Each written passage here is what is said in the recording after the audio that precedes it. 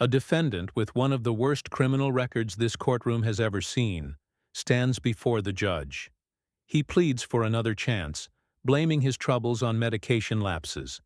But as the judge reviews his shocking history, the tension builds toward a dramatic sentencing.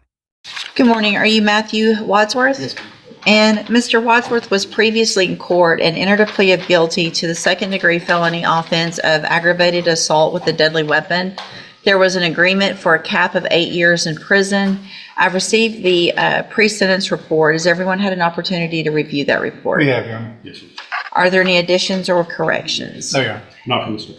All right, Mr. Rojas, you may proceed. Yeah, Judge, it's the cap of 8, the agreement, I think it's a cap of 8, and just based on the criminal history alone and the PSI, it looks like It looks like you did a very good job of getting that agreement. that's kind of what, not that I did a good job, but I think that may be doing a favor to Mr. Wadsworth. However, Judge, there are some things I'd like to point out. If you look at, I'm not talking about his felony criminal history. The first page of his, I guess, rolling into this second page of his felony criminal history, most of those offenses happened in 2002. So he seems to be getting those in bunches. Those happened in 2002. He got sentenced in 2001. In January of 2002, they all happened. Right. Got revoked in 2003 on all of them. I think he did 60 months on all of them. From the start, the tension is clear. The defendant already cut a deal to cap his prison time at 8 years, but even the judge hints this may be a favor he doesn't deserve. With such a dangerous charge on the table, the stakes couldn't be higher. Got some more in October 2002. Then after that, he goes in. Basically, he's in and out until about 2019 when he picks up some more cases. And from 2019 to this present case, he's From after the 2002 and to the 2019, there were seven additional felonies. Yes. 7 additional felonies. yeah. Go ahead. And then from 2019 to now, at least, he's able to stay clean. So he tells me that most of the time when he's committing offenses is when he's off his medications. He's been back on the meds now in jail. It's helping him. He's able to think clearly now. We talked about this, and if the court's even going to consider probation, as pointed out in the PSI, the only way he's going to get probation is with PD to help with his drug issues. He understands that. He recognizes that. He's willing to do that. He's hoping that you give him a chance to do that. And even as he pointed out by the probation officer in the report, he's indicated that he's tired of this lifestyle. He's tired of being in handcuffs. He realizes he needs help just to make his life better. And he tells me he's ready to make that change. And he does have some statements to make to you at the Here, the defense leans hard on Wadsworth's mental health and drug struggles, portraying him as someone who could reform, if only he got help. But notice the prosecutor's words. His criminal history speaks louder than his promises. Why, what do you think? Should the court weigh addiction as a reason for mercy, or is it just another excuse? appropriate time. All right, go ahead, sir. I only wrote this because I get really nervous. Sure. So I said, this letter is to ask you for some help. I'm a drug addict. I can, oh no. Basically, listen, man. I was a bad kid until I was ADD poster child. I was put on Ritalin. Then I did really good. The Ritalin, I went from straight ups, farting in class, thinking it was funny, picking my nose and eating it, all that stuff. I thought it was, I just was bad. They put me on Ritalin, I went from straight ups to straight A's. I was sexually abused. My parents were drug addicts. I went to prison. You guys forgot something. I hope it don't hurt me, but I got to bring it up. I had a robbery in 1992. When I got out from that robbery until 2000, when you started, 2002, yes ma'am. I stayed out of trouble again because I was on medication. It's been my whole life. It's been the pattern of my life. I'm on my medication. I'm a great guy. I'm a journeyman electrician. I'm a father. I'm a grandfather. I spend time with my kids. If if I'm off of them. And the reason I got off of them and this offense happened is I was hearing voices. I thought my roommate was holding my girlfriend hostage. It says I hit him with a bat, but it was my walking cane. It wasn't a bat. And I did hit him, and I felt horrible because I found what was going on in my head. Our house burned down, dogs died, and I just kind of went crazy. But I did stop. I did tell in 2018. 19. I said I'm tired of this, and I'm gonna stay on my medications. When the house burned down, all my medications went with it. My truck, my tools, and everything. This emotional letter is filled with raw confessions, childhood abuse, addiction, and mental illness. But even as he tries to soften the crime, notice the contradiction. He admits violence, yet downplays it by arguing about whether it was a bat or cane. The judge listens carefully, but patience is running thin. And I was just barely making it. And I honestly thought my roommate was holding my girlfriend against her will and hostage. When we started fighting, I was losing. And I said, if you do give me the chance, what I need is some help staying on my meds. Because I start feeling like I'm doing better sometimes. And then I stopped taking them.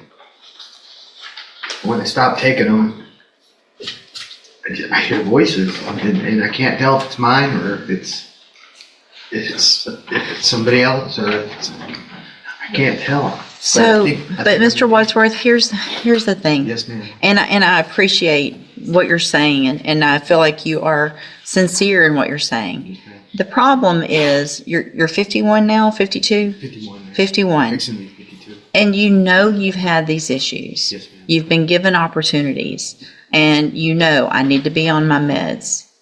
And even if I give you a probation, it's only for so long. At some point, you have to stay on your own meds, and you can't require someone else to force you to do that and take a chance with society and the community of you hurting someone else.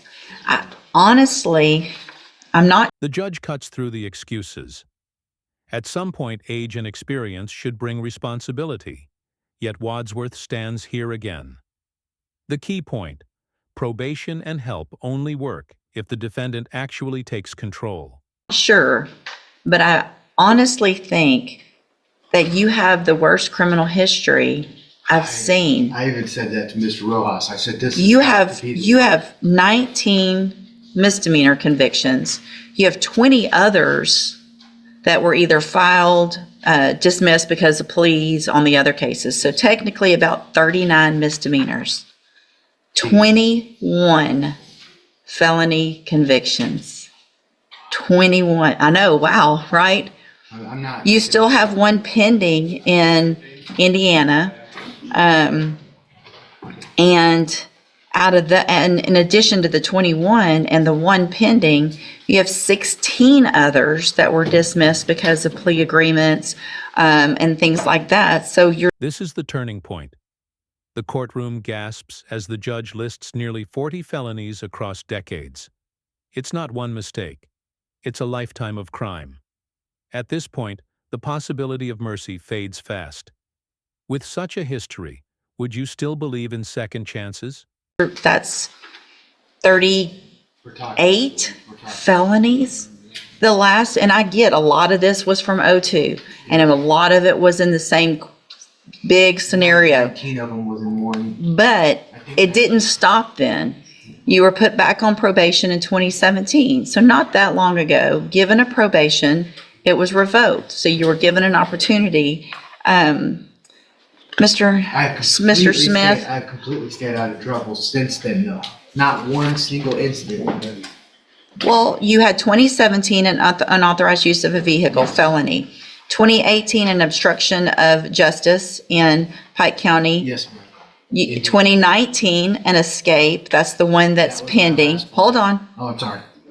And then another later in 2019, maintaining a common nuisance of a controlled substance or something like that in Indiana. So the last thing is 2019, which is in the big scheme of things at your age, not that long ago. I know, I understand. Mr. Smith?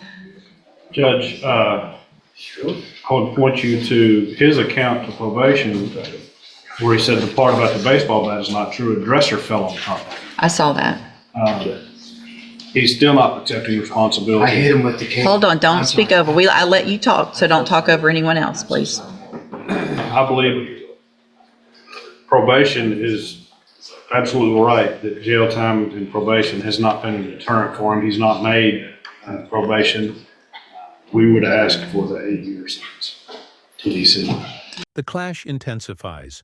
Prosecution says enough is enough, while defense clings to rehabilitation.